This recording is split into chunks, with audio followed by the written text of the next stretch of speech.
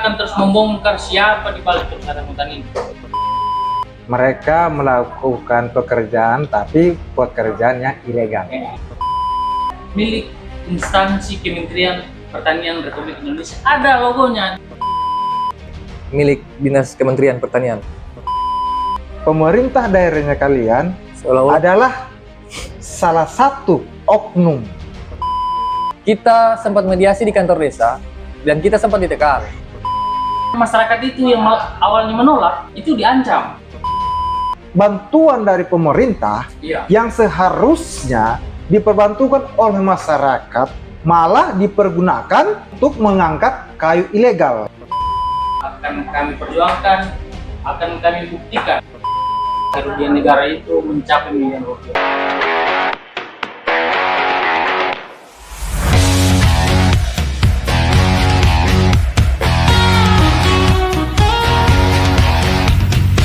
Di jantung Sulawesi Tengah terbentang sebuah kawasan hutan yang selama puluhan tahun menjadi penyangga kehidupan bagi masyarakat sekitarnya. Hutan itu dikenal sebagai hutan Malay, sebuah lanskap yang menyimpan keanekaragaman hayati, sumber air, serta nilai budaya yang telah diwariskan dari generasi ke generasi. Namun hari ini, ketenangan hutan tersebut mulai terusik. Di balik rimbunnya pepohonan dan jalur-jalur tanah yang jarang tersentuh, muncul aktivitas yang tidak selalu terlihat oleh publik. Pohon-pohon ditebang, kayu-kayu keluar dari kawasan hutan, dan pertanyaan tentang siapa yang bertanggung jawab semakin sering terdengar. Praktek ilegal logging atau pembalakan liar bukanlah isu baru di banyak wilayah hutan Indonesia. Tetapi ketika praktek ini terjadi di kawasan yang menjadi penopang kehidupan masyarakat lokal, dampaknya bisa jauh melampaui sekedar kehilangan pepohonan. Ia menyentuh persoalan lingkungan, ekonomi, transparansi, dan tata kelola sumber daya alam. Di episode ini, kita akan mencoba memahami lebih dalam apa yang sebenarnya terjadi di hutan Malay. Apa yang sebenarnya illegal logging bisa berlangsung, dan apa yang bisa dilakukan untuk membangun gerakan transparansi dalam menjaga hutan di Poso. Saya Aryo Kani dan Anda sedang mendengarkan episode khusus Hutan Malay yang Terancam, mengungkap praktik illegal logging dan membangun gerakan transparansi di Poso. Kita langsung saja berdiskusi bersama Ketua Umum Komunikasi Masyarakat Malay, Bung Fikram. Apa kabar? Baik. Baik. Oke. Nah, sebelum kita masuk ke topik, Bung Fikram sebagai Ketua Komunitas, Kami terhimpun dalam Forum Komunikasi Masyarakat Malay. Oke. Yang baru terbentuk. sebagai Ketua ya, Iya. dan Wakil Ketua. Nah, sebelum kita masuk ke topik pembahasannya kita, apa inisiatifnya kalian sebenarnya ini? Sedikitnya saja. Itu sekedar berinisiatif untuk menjaga kelestarian lingkungan yang ada di kawasan sebagai penopang terakhir masyarakat lokal yang ada di sana. Maksudnya sudah sering terjadi, bahkan baru-baru terjadi di Pulau Sumatera dan Aceh. Oh gitu. Banjir yang diakibatkan oleh perambahan hutan dan gandungan kayu yang hadir di tengah-tengah permukiman warga. Itu yang kita lindungi hari ini. Oke. Terima kasih Bung Fikram. Nah, kita langsung ke topik ya, Ya. supaya lebih detail. Nah, Bung Fikram, entah siapa yang akan ini ya bercerita duluan. Ya. Anda menyebut bahwa aktivitas ini sudah berlangsung lama, ya kan? Apakah ada momen tertentu atau kejadian spesifik yang pertama kali membuat Anda menyadari bahwa ini bukan kasus kecil, melainkan sebuah sistem terorganisir? Silakan. Ya. Awalnya sebagian masyarakat itu mulai sadar bahwa di hutan kawasan produksi yang ada di Desa Malay itu terjadi pembalakan liar secara besar-besaran. dengan hadirnya kebijakan Kementerian Kehutanan soal perhutanan sosial. Dan kebijakan itu hadir di tengah-tengah kehidupan sosial di masyarakat Malay. Tentunya program ini atau kebijakan ini menyasar terhadap pertumbuhan ekonomi yang ada di desa. Awalnya ini baik dengan beberapa data-data yang kami kaji SK Perhutanan Sosial yang dikeluarkan oleh Ditjen Balai BPSKL itu dibebaskan sekitar 601 hektar kawasan hutan produksi terbatas untuk supaya masyarakat yang ada di desa Malay itu bisa mengakses kawasan yang seharusnya itu tidak boleh kalau kebijakan perhutanan sosial ini tidak hadir. Dan dalam SK tersebut itu dicantumkan bahwa dalam pengolahan perhutanan sosial tidak dibenarkan adanya penebangan pohon atau yang bisa disebut PHBB, hasil hutan bukan kayu. Oke. HBK, hasil hutan bukan kayu. Akan tetapi lambat laun berjalannya program ini itu mulai terlihat ada mobilisasi pengangkutan kayu berjenis bantalan atau biasa disebut gelondongan kayu yang volumenya besar, itu melintasi jalan Trans Sulawesi. Makanya masyarakat di situ mulai menyadari dengan adanya diskusi-diskusi kecil dengan orang tua atau tokoh masyarakat, tokoh adat, tokoh agama. Kita berdiskusi bahwa ini sudah tidak benar adanya. Boleh kita katakan hasil diskusi tersebut kami mengambil kesimpulan bahwa kebijakan ini itu disalahgunakan oleh oknum-oknum pengurus LPHD, lembaga hutan desa yang ada di Malay. Itu ada buktinya? Ada. Oke. Ya. Ngeri guys, oke. Kita masuk ke segmen menggali struktur jaringan. Ya. Istilah illegal logging sering kita dengar, ya. Ya, tapi namun jarang dipahami secara mendalam. Nah, dalam konteks banyak kasus illegal logging di berbagai negara, biasanya terdapat jaringan yang cukup terstruktur. Dari pengalaman Anda, apakah di Malay Anda melihat pola yang serupa? Iya. Ada pola yang serupa. Kasih keras sedikit suaranya, Bos. Iya, ada pola yang serupa. Oke. Dari segi apa kalian bisa melihat pola yang serupanya? Jadi kalau pola yang serupa yang kita lihat di lapangan itu, tentunya aktivitas perembahan hutan ini itu tentunya membutuhkan akses jalan. Sedangkan pada awalnya namanya kawasan hutan itu sama sekali tidak ada akses jalan. Makanya dengan adanya pemodal utama itu menghadirkan alat berat berjenis eksavator sebagai pembuka akses menuju kawasan hutan. Nah, kita mencari informasi itu dikatakan akses tersebut dibuka untuk pengangkutan rotan. Oke. Yang keluar dari kawasan, karena dalam SK perhutanan tersebut itu dikatakan hasil hutan bukan kayu itu seperti rotan, madu, damar dan lain sebagainya. Tetapi pada fakta yang di lapangan itu bukan rotan yang keluar, tapi gelondongan kayu berjenis bantalan itu yang keluar dari kawasan menuju jalan trans yang tujuannya itu ke industri somel.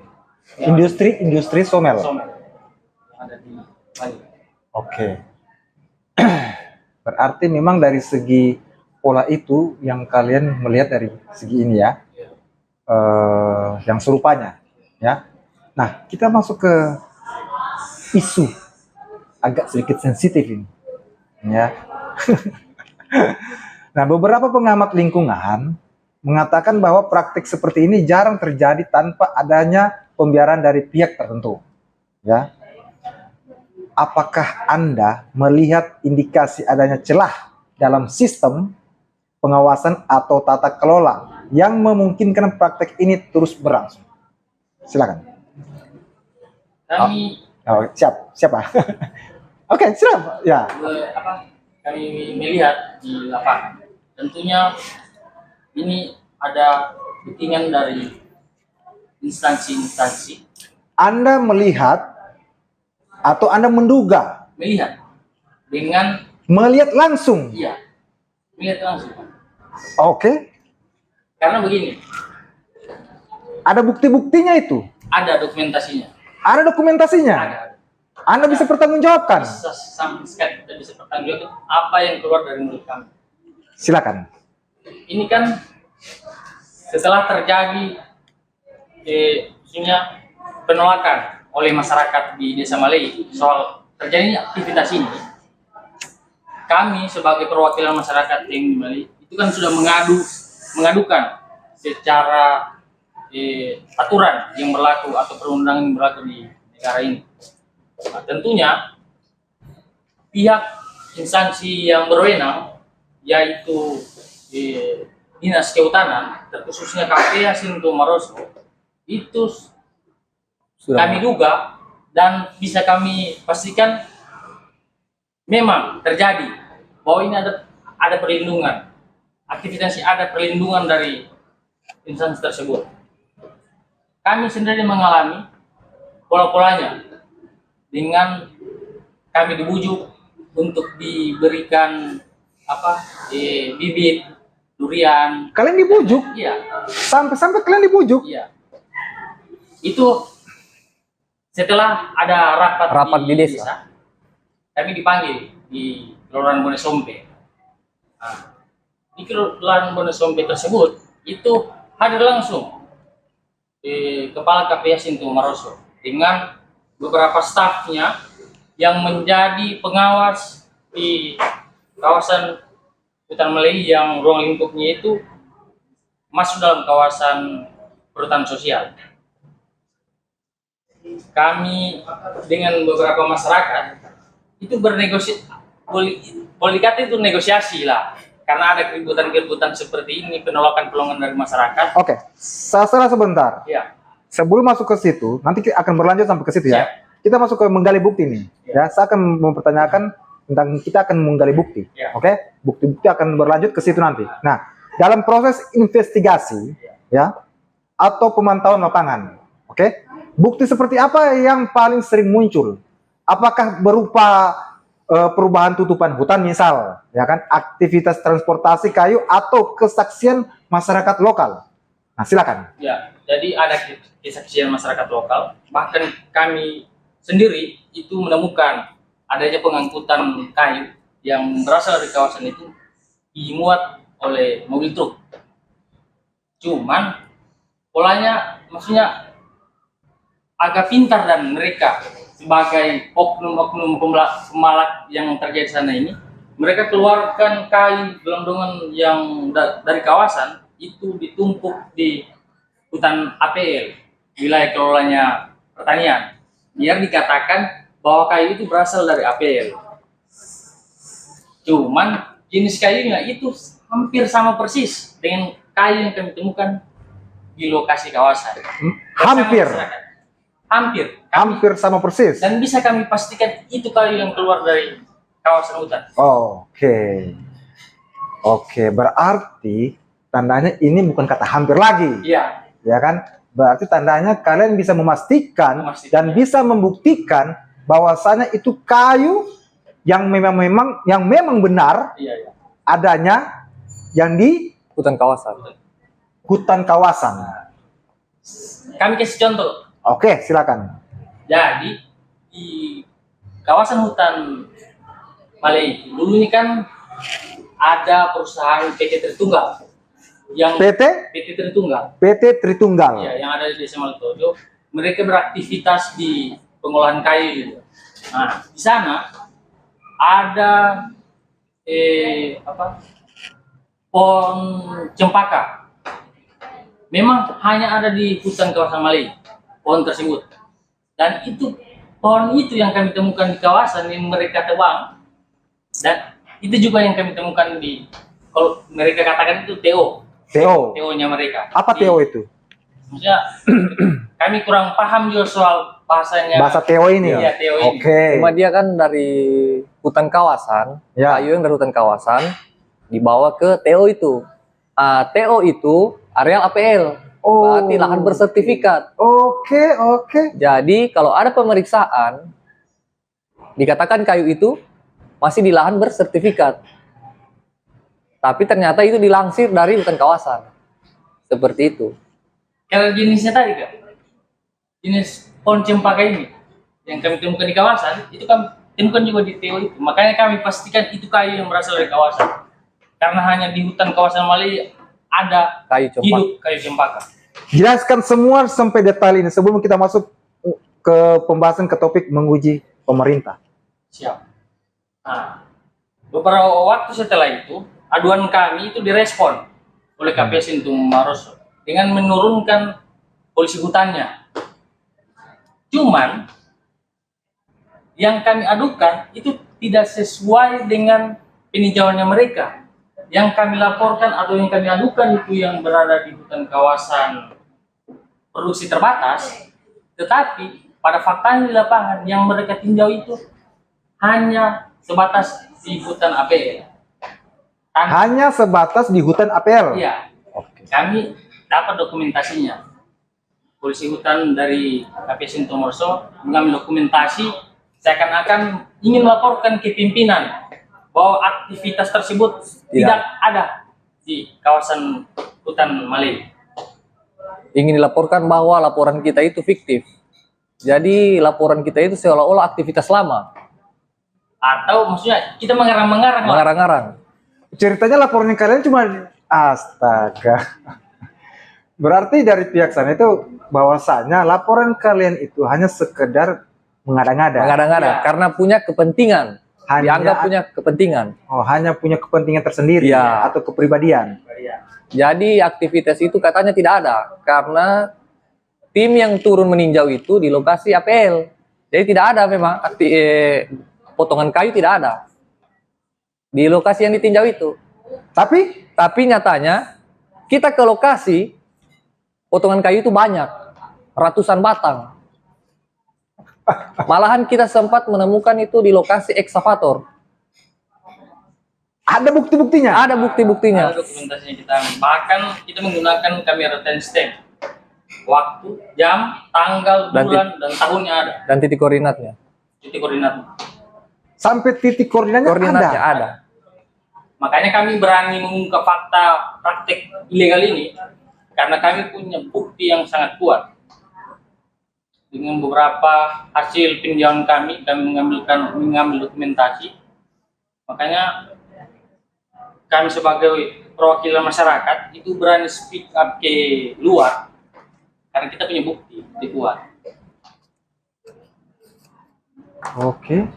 Maksudnya tadi kan sempat saya katakan bahwa ini ada keterkaitan dengan instansi terkait.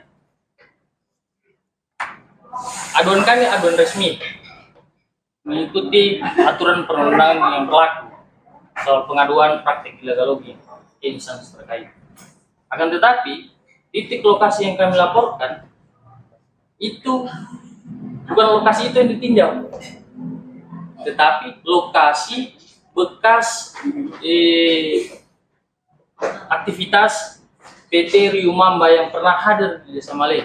PT apa? Riu Mamba yang kemarin SK-nya sudah dicabut oleh Kementerian ESDM. Nah, akses itu yang mereka gunakan dan PT Riu Mamba ini yang mereka gunakan untuk menempatkan kayu-kayu dari hutan kawasan.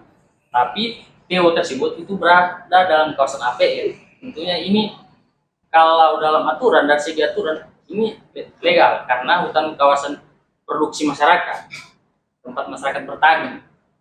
Itu tempat, itu lokasi. Lokasi itu. Makanya polisi hutan itu mengambil dokumentasi di situ, di lokasi tersebut.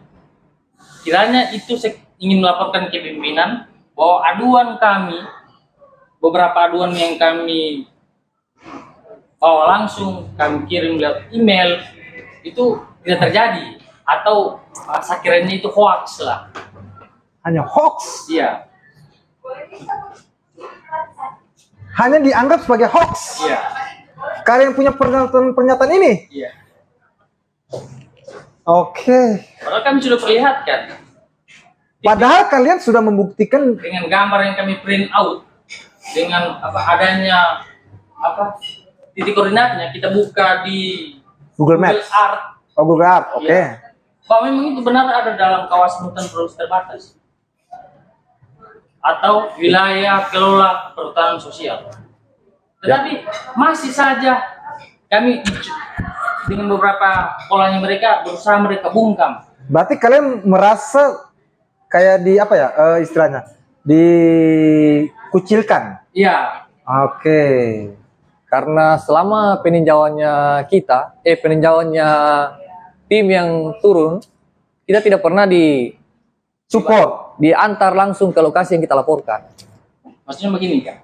Kita ini kan sebagai yang mengadu. Oke. Tentunya dalam peninjauan tersebut kami berhak untuk mengikuti peninjauan tersebut. Karena kita mengadu sebagai pihak pengadu, biar Betul-betul ada pembuktian. apa yang kita laporkan itu akan kita bawa sampai ke situ dan pihak instansi polisi hutan tersebut. Cuman mereka turunnya diam-diam tanpa sepengetahuan kami.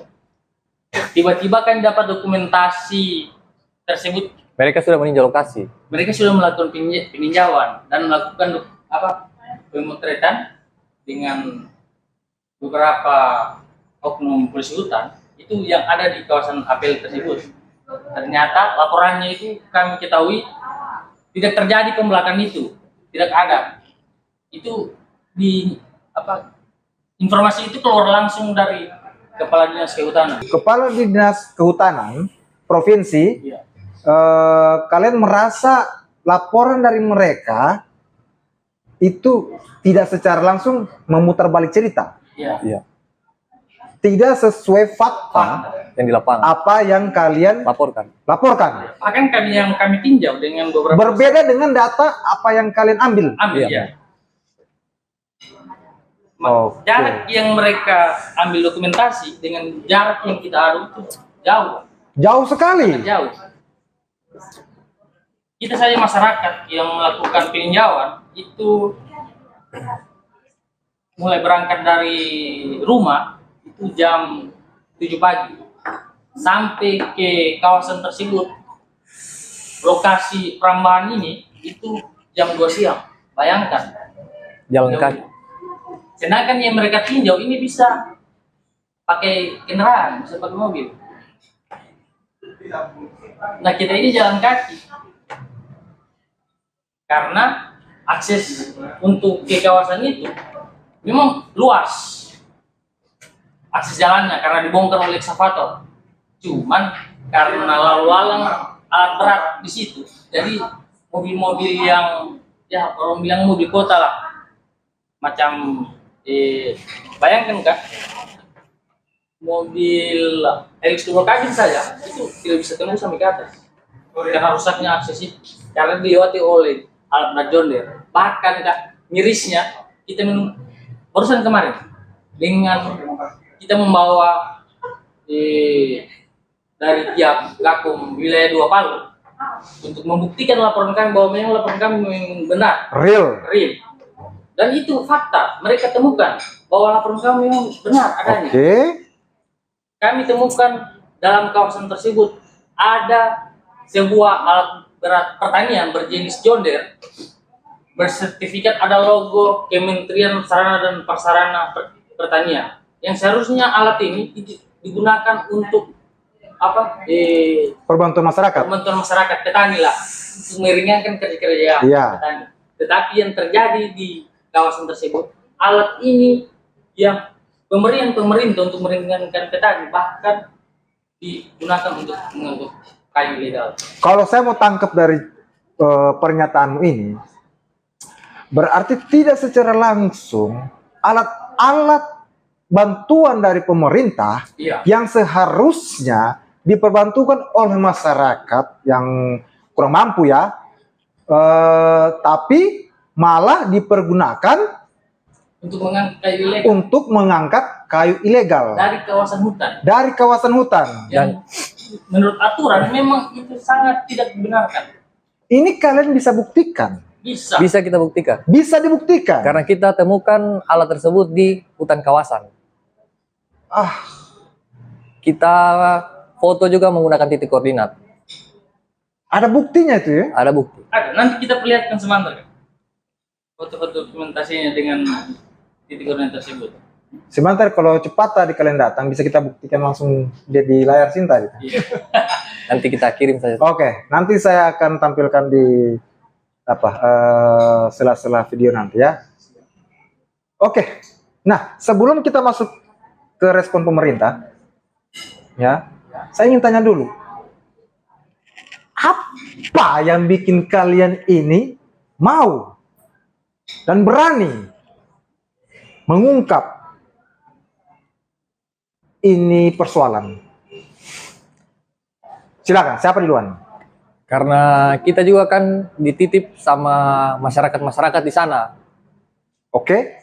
untuk bersuara, karena mereka mungkin tidak berani, atau mungkin kalau mau ke Palu atau mau kemana berurusan repot. Jadi mereka mendukung. Makanya kita bongkar kasus ini, kita usut terus. Iya, inisiatif keberaniannya kalian hanya melalui apa? Karena yang bikin kalian ini? yang bikin kita berani itu untuk masa depan kita juga, Pak. Masa depan. Masa depan. Masa depan apa? Masa depan anak cucu kita. Oke. Yang ditakutnya nanti bencana seperti banjir. Oke. Terus kalau seperti mau buat ramuan rumah saja nanti sudah susah. Karena kayu sudah mulai habis. Oke. Itu yang buat kita bergerak. Dan juga saya tambahkan kan, ini semua berangkat dari keresahan. Dari keresahan. Dari keresahan. Masalahnya masyarakat yang seharusnya menerima manfaat dari kebijakan ini justru akan mengalami dampak dari kerusakan hutan yang terjadi. Dan yang dia diuntungkan itu hanya segelintir orang, oknum pemodal yang ingin memperkaya diri sendiri, yang merugikan masyarakat yang ada di Desa Malih. Segelintir orang yang diuntungkan. Bayangkan dari pihak Gakum Wilayah 2, mereka secara abstrak melihat aktivitas tersebut kerugian negara yang diakibatkan oleh praktek illegal logging yang terjadi di Desa Malih itu miliaran rupiah. Bayangkan, aktivitas ini sudah berjalan hampir 1 tahun. dari 2022. Dari 2022. Hadirnya perhutanan sosial ini kan, maksudnya tentunya ini kan pengambilan kayu ini secara aturan kalau resminya kan, ini kan maksudnya rumit. Kalau di dalam ruang lingkup pemodal ini kecil keuntungannya kalau dokumennya mereka resmi, kalau izinnya mereka lengkap. Ini kan satu caranya pemerintah agar mengurangi pembelakan liar dengan mempersempit aturan atau menegakkan aturan-aturan yang hadir, biar mereka ini yang pemodal kayu ini biar berkurang ketika kalau izinnya resmi. Makanya kami boleh katakan bahwa SK perhutanan sosial ini dimanfaatkan oleh oknum tersebut. Bahkan masyarakat itu yang awalnya menolak itu diancam dengan menggunakan SK tersebut, bahwa ini ada SK-nya, ada suratnya. Bayangkan, SK ini digunakan, disalahgunakan untuk mengancam masyarakat bahwa praktik yang mereka lakukan itu legal dengan memanfaatkan SK perhutanan sosial.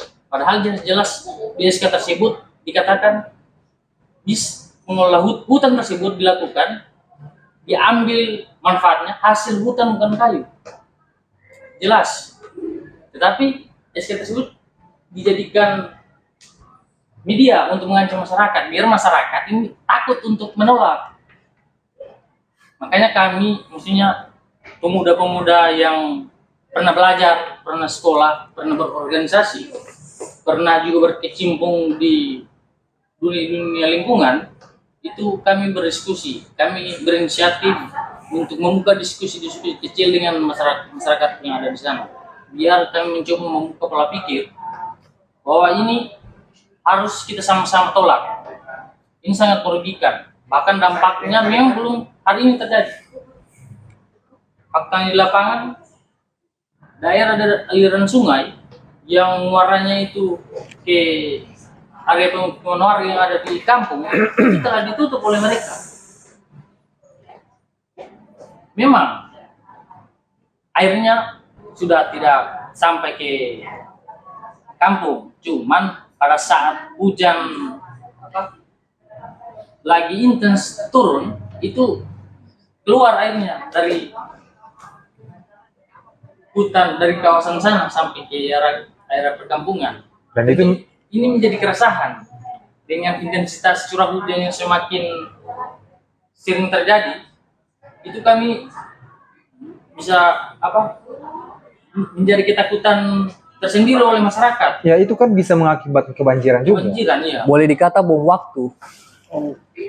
Oke. Bayangkan juga dua aliran sungai yang ditutup kiri dan kanan,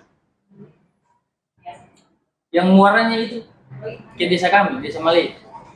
Bayangkan dua aliran sungai yang volume airnya itu kalau hujannya deras satu hari saja meluap airnya. Bayangkan kalau dengan model jurangnya itu di atasnya mereka tutup, hujan satu hari saja kita prediksi itu habis kami di desa Malay. Karena daerah dasarnya itu memang rusak parah, bahkan ditimbun oleh kayu, ditimbun oleh tanah-tanah hasil pembukaan akses jalan, Dan digusur-gusur eksavator. Oke, terus respon pemerintah, bagaimana institusi pemerintah ketika isu ini mulai diangkat? Artinya, apakah ada langkah konkret yang kalian lihat di lapangan atau justru masih sebatas pernyataan atau komitmen? Sebelum kita ke instansi yang lebih khusus, Ya, kita mau katakan juga bahwa ini seharusnya pemerintah desa itu setidaknya awalnya itu mereka yang harus melarang aktivitas ini, jangan diteruskan.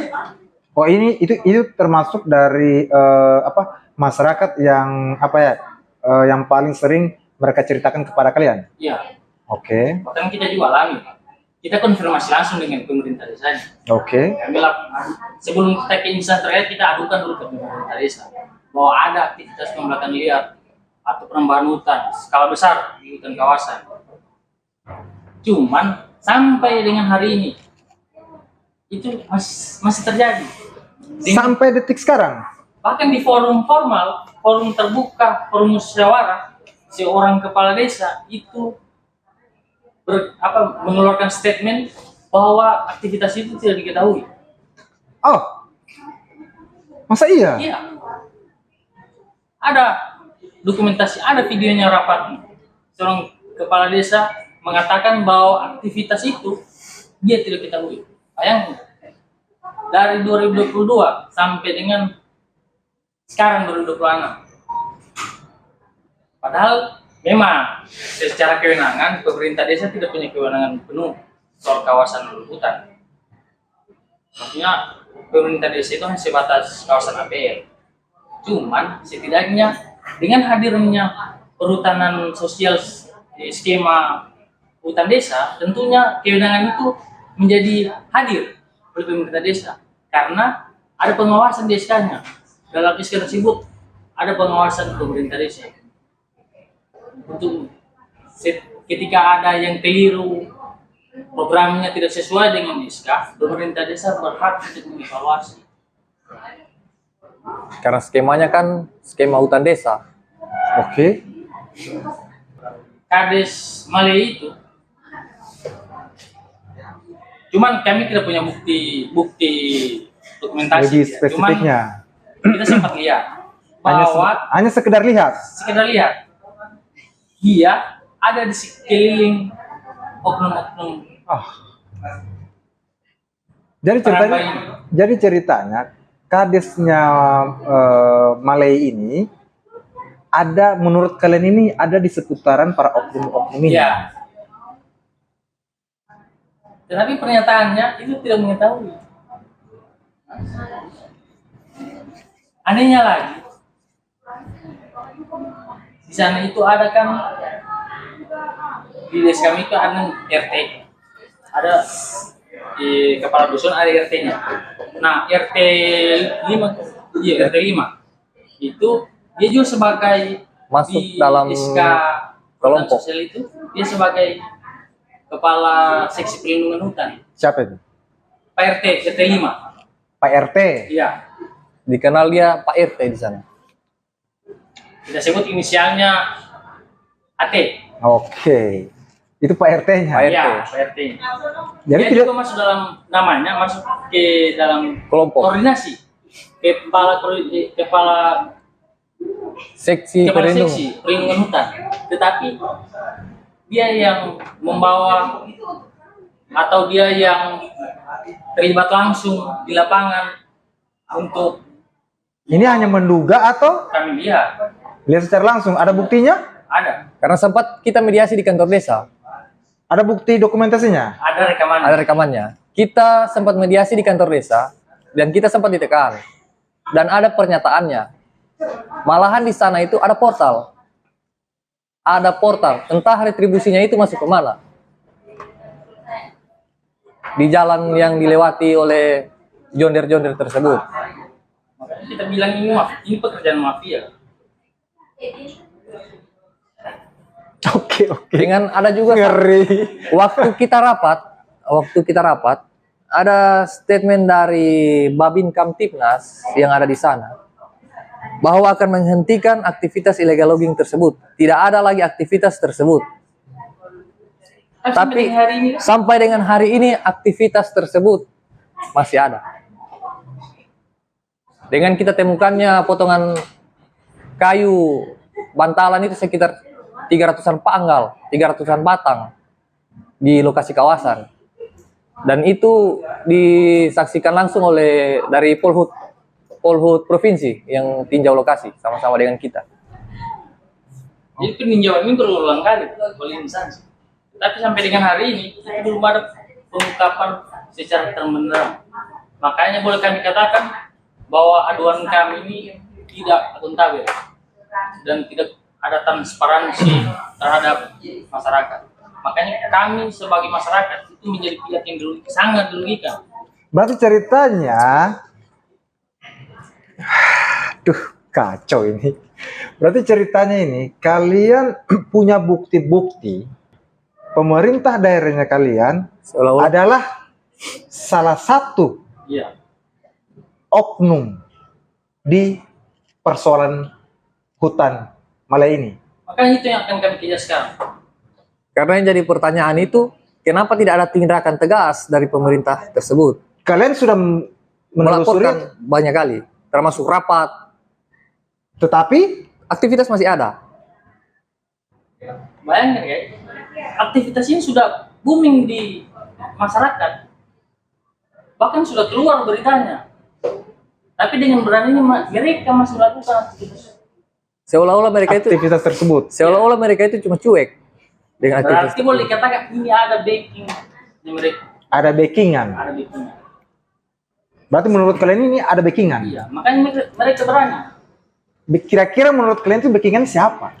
Nah itu yang jadi bisa kami pastikan itu Kak. Oh, tapi sudah ada. Tapi sudah ada. Cuman kalian- adalah sedikit bocoran-bocoran. Oke.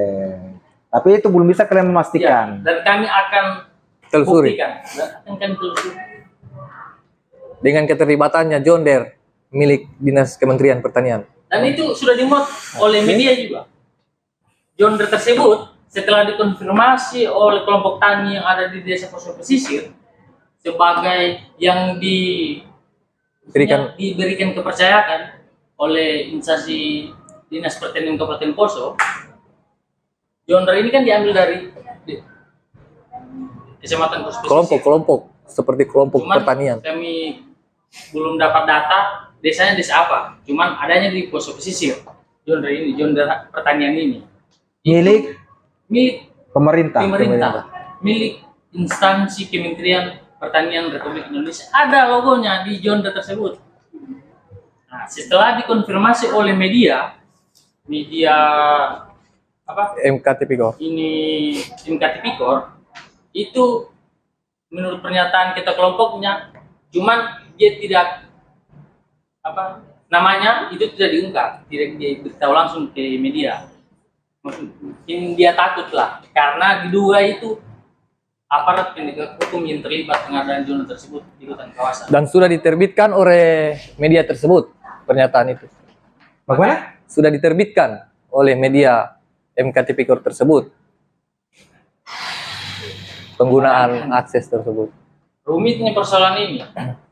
Sejauh ini hanya kami berdua sebagai maksudnya kami sebagai pemuda, perwakilan masyarakat yang maksudnya membawa aspirasinya masyarakat itu hampir setahun kami kesana kemari untuk mengkonfirmasi, mengadukan kembali biar ada benar-benar ada penegakan yang transparansi yang betul-betul mengungkap siapa di balik perusakan hutan yang ada di kawasan Malaysia. Dan alhamdulillah juga kita masih didukung oleh tokoh-tokoh masyarakat dengan tokoh-tokoh agama di sana. Ada lagi yang lebih Saya mendengar kalian punya ada lagi yang lebih ngeri, Pak. Kita kan sempat menghadap ke Kepala Dinas Pertanian Provinsi yang sebelumnya. Kepala Dinas Kehutanan Provinsi yang sebelumnya tahun 2025. Kita Tahun menghadap itu sekitar bulan Mei. Sekalian kita buat laporan tersebut, aktivitas tersebut. Dan pernyataannya waktu itu dia katakan aktivitas itu tidak ada. Karena waktu itu dia sempat teleponan sama Ketua KPH Sintu Maroso. Kepala KPH Sintu Maroso, Palu. Sebagai Kepala KPH Sintu Maroso sampai dengan hari ini. Sebagai Kepala KPH Sintu Maroso, Palu. Dia telepon, kita di ruangan Pak Kadis. Dan dia katakan aktivitas itu tidak ada. Aktivitasnya tidak ada. Dan anak-anak itu cuma punya kepentingan pribadi.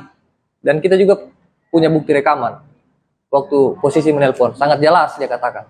Bahkan ada kedengaran itu di rekaman. Itu ada konfirmasi dari kepala desa. Konfirmasi di kapal sedang.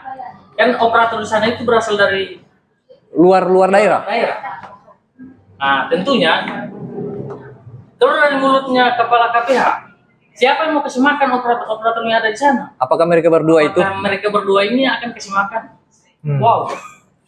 Masa tidak? Masa orang luar masuk merusak di desa kami? Itu maksudnya secara bahasa psikologi itu bahasa perlindungan. Operator ini memang benar. Mereka cari makan. Tapi mereka tidak bakal hadir dan sampai saat ini mereka masih ada di sana. Kalau tidak ada inginnya. Mereka melakukan pekerjaan tapi pekerjaan yang ilegal. Yang ilegal. Bukan yang legal. Bukan yang legal. Mungkin mereka tidak tahu itu kawasan atau bukan. Karena mereka kan dari luar, yang ada akan mereka itu orang sana. Kelompok-kelompok LPHD tersebut yang datangkan operator tersebut. Ini kan di bulan November kita membawa aduan kembali ke Bapak Gubernur untuk meminta disposisi ke Balai Penegakan Hukum Gakum Wilayah 2 Dengan membawa bukti-bukti foto. ingin melaporkan bahwa adanya alat berat di hutan kawasan tadi. Maksudnya kalian sudah melaporkan ke Gubernur Anwar Hafid. Iya, bahwa ada alat berat di hutan kawasan. Yang seharusnya itu tidak dibenarkan. Tindakan Pak Gubernur Anwar Hafid gimana? Sangat merespon. Sangat merespon. Dan sangat mendukung. Sangat mendukung. Beliau mengatakan bahwa ini harus ditegakkan, ini harus dibongkar. Hentikan aktivitas itu. Kita kan melapor siapa yang menghadirkan alat berat tersebut di hutan kawasan, dan sampai hari ini belum bisa diungkap siapa orangnya. Tentunya ini bisa kami katakan bahwa ini adalah pembunuh besar. Anda bisa buktikan? Iya, kami bisa buktikan. Cuman secara by data, itu data kami belum lengkap.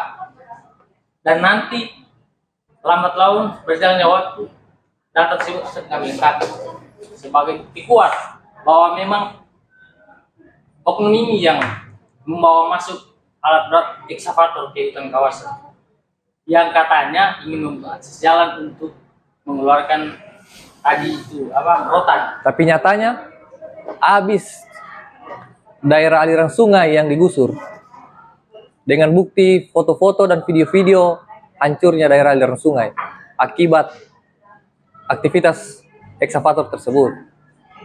Jadi di sana itu Pak sudah jadi seperti janginkan, ada pertigaan, ada perempatan. Makanya, luas sekali itu praktek ilegal yang ada di kawasan Mali. Saat kita temukan juga di sana itu pas ada ekskavator, kita temukan juga jonder. Dalam keadaan rusak juga. Posisi rusak, tapi bantalan ada di kiri dan kanannya. Dan barusan kemarin kami temukan jonder tersebut ada di industri oknum pemodal itu. Makanya kami katakan data kami belum lengkap dan kami akan lengkapi. Karena kami akan terus membongkar siapa di balik kerusakan hutan ini. Apapun konsekuensinya kami akan tetap melawan. Oke. Luar biasa. Artinya setiap statement-statementnya kalian ini semoga bisa bisa ditambah diperhatikan Ya. oleh pemerintah dan bisa bisa lebih dipedulikan, bisa agar kegiatan di sana bisa dihentikan sudah. Ya. Nah, kita coba masuk ke topik ini tadi kan sebenarnya kita harus masuk ke masalah ekonomi. Cuma kan sedikit banyak sudah ada terbahas tadi persoalan ekonomi tadi, ya kan? Coba kita masuk ke accountability, ya.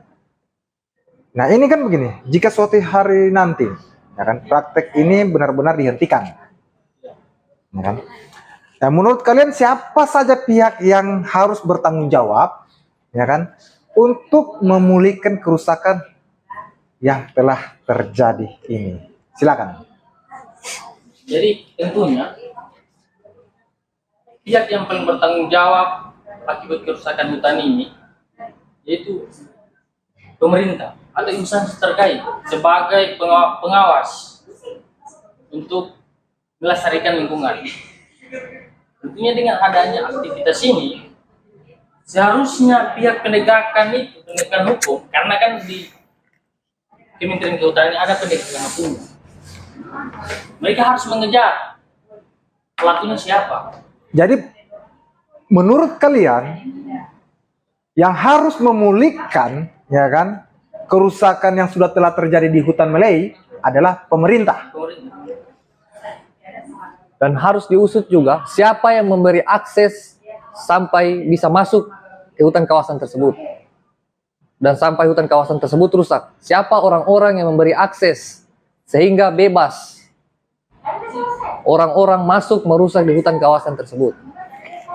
Ini terang benderang nih, mobilisasinya sangat jelas Sangat jelas. dilihat oleh masyarakat yang ada di sana melewati jalan Trans Sulawesi.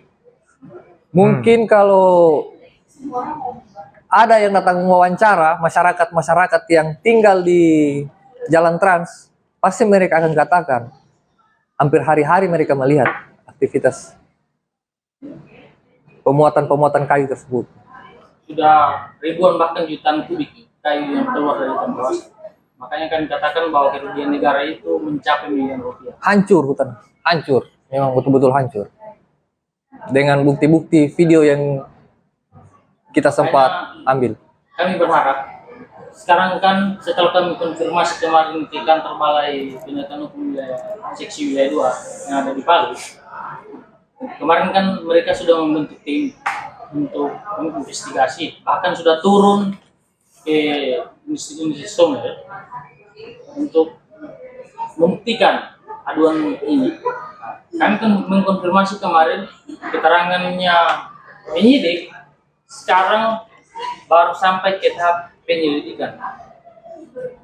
Setahun aduan kami, sekarang masih tahap penyelidikan. Bayangkan dengan bukti-bukti yang kami temukan, video, foto yang kami lampirkan di surat aduan, sekarang masih sampai ke tahap penyelidikan. Ini bukannya kalau laporannya kalian atau LP-nya kalian ya, Iya. belum ada kejelasannya dari pihak penyidik, dan terus kalian sudah berulang kali bolak-balik mempertanyakan lagi ke penyidik, tetapi tetap juga sama dengan dengan keterangan sebelumnya. Sampai sekarang belum ada titik kejelasan, Iya. titik terangnya. Oke, bukannya yang begitu seharusnya kalau tidak ada hasil dari penyidik, kalian bukannya harus melaporkan ke Propam? Maksudnya ini kan kami konfirmasi, kami sudah beberapa saksi kami konfirmasi bahwa pernikahan ini memang sudah dilimpahkan secara utuh ke Balai Penegakan Hukum digabung. Mereka yang akan menindak, cuman kami meminta ada percepatan penyelesaian permasalahan ini. Karena hasil peninjauan mereka itu mereka menemukan mantalan kayu berada dalam industri.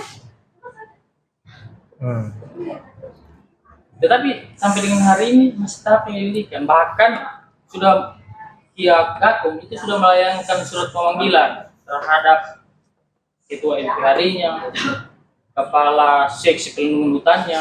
Cuman sayang mereka tidak mau hadir. Boleh kami katakan mereka tidak mau hadir dengan alasan tidak kuat secara hukum. Alasannya sibuk. Secara hukum itu tidak dibenarkan. Alasan kesibukan. Seharusnya mereka hadir untuk mengklarifikasi aduan kami. Kalau memang aduan kami ini diada-adakan atau tidak benar, mereka seharusnya hadir.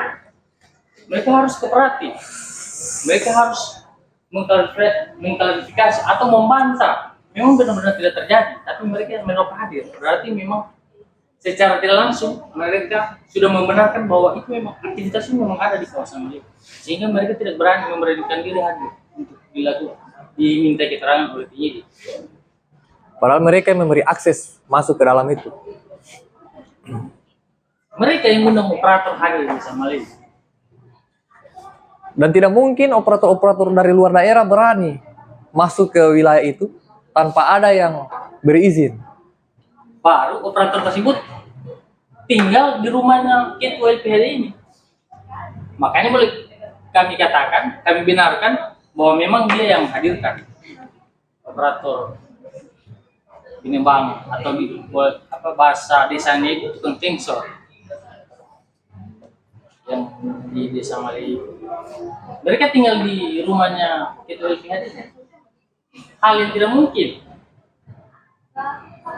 Bayangkan operator tinggal di rumah seorang ketua LPHD yang bertanggung jawab mengelola perhutanan sosial, yang seharusnya tidak boleh ada penebangan pohon dan lain sebagainya, perusakan hutan.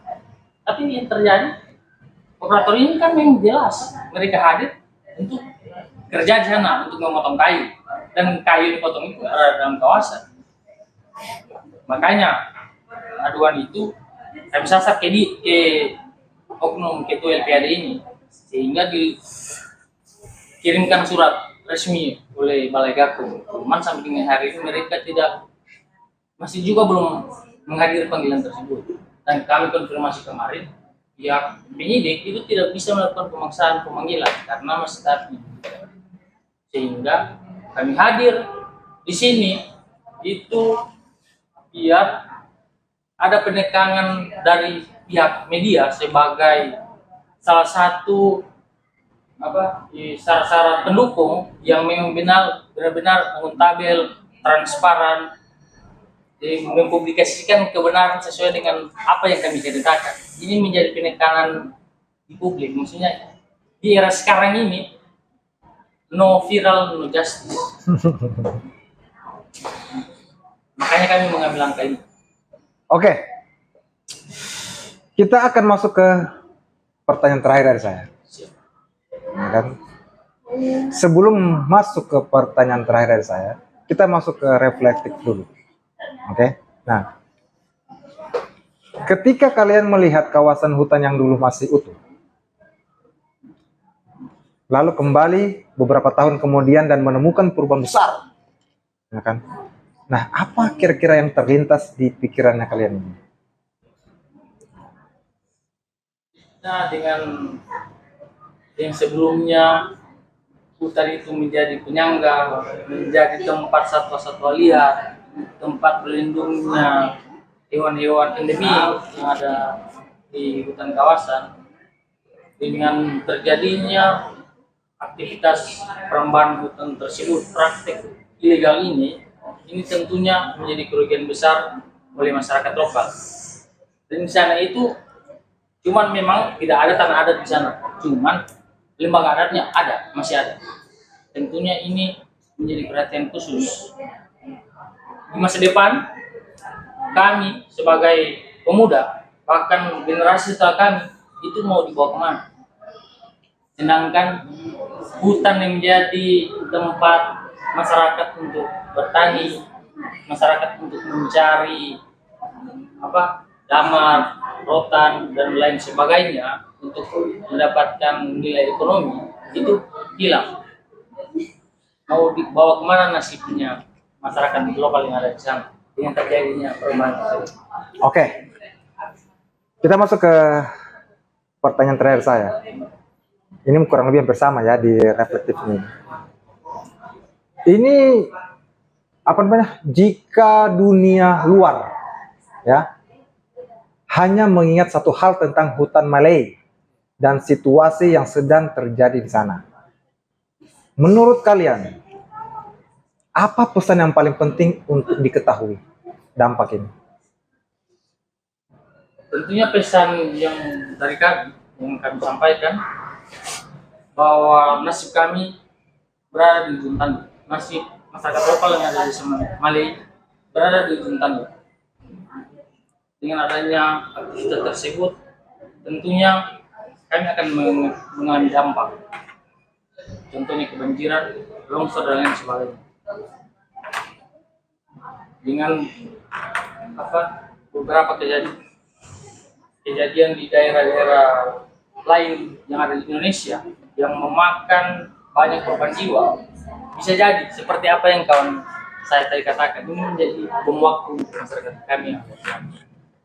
Tentunya ini memang kita tidak bisa pastikan akan bencana, kita tidak minta untuk hadir di sana. Cuman dengan syarat-syarat yang terjadi di kawasan tersebut,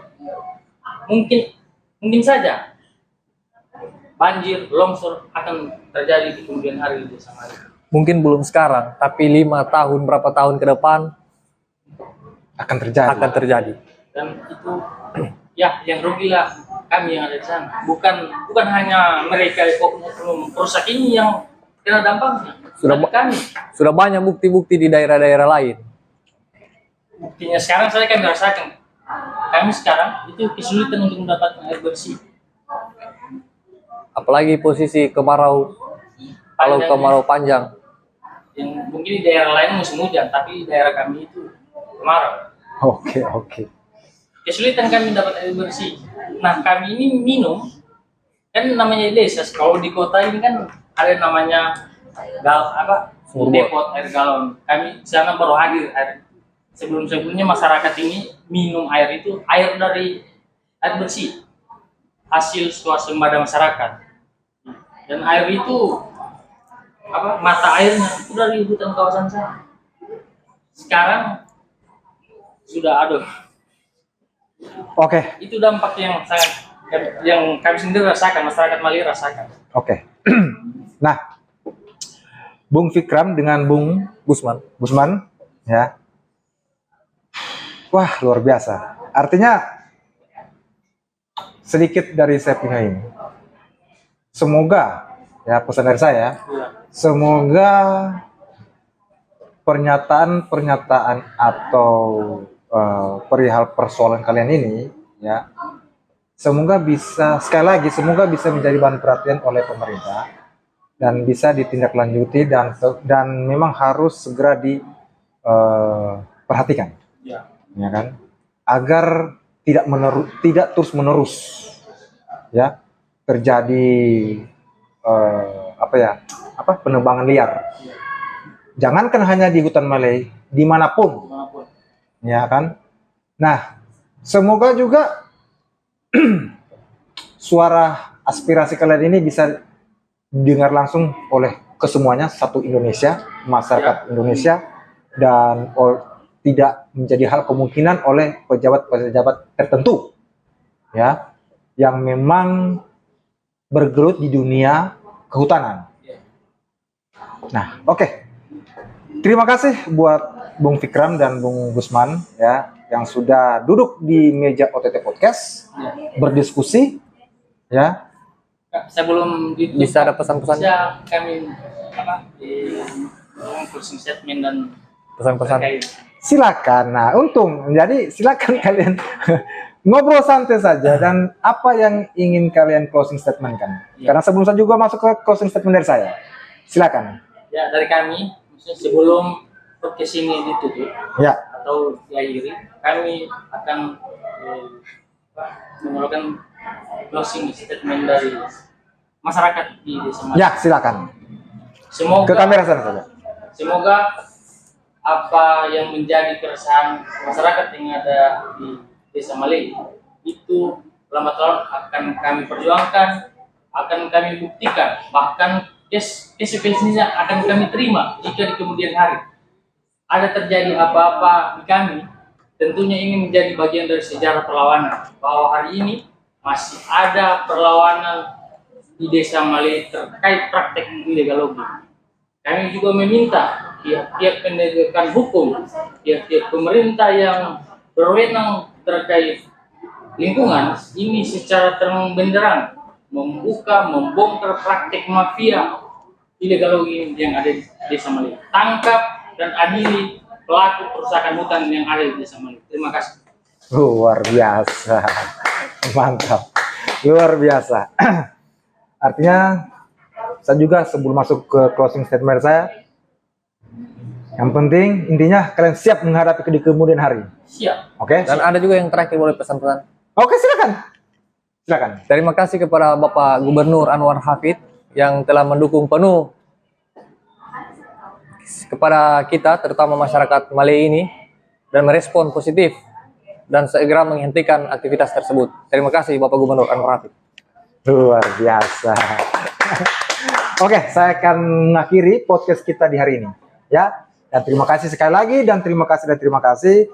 Semoga suaranya kalian harus cepat dieksekusi, ya. Nah, hutan seringkali dipandang sebagai sumber daya sesuatu yang dapat dimanfaatkan atau dieksploitasi, ya. Namun bagi banyak masyarakat, hutan adalah sesuatu yang jauh lebih dari itu. Ia adalah penyangga kehidupan, ruang budaya, dan warisan yang menentukan masa diambil depan generasi berikutnya. Kisah tentang hutan Malay bukan hanya tentang satu kawasan di Poso, ia juga mencerminkan tentang yang dihadapi banyak wilayah hutan di berbagai belahan dunia. Bagaimana menyeimbangkan kebutuhan ekonomi dengan tanggung jawab menjaga lingkungan? Pertanyaan besar yang tersisa adalah, apakah kita mampu membangun sistem pengelolaan hutan yang lebih transparan, lebih adil, dan lebih berkelanjutan? Terima kasih kepada Bung Fikram selaku Ketua Umum Forum Komunikasi Masyarakat Malay dan Bung Busman ya sebagai wakil yang telah berbagi wawasan bersama kita hari ini ya. Dan terima kasih kepada kalian yang telah mendengarkan podcast kita hari ini.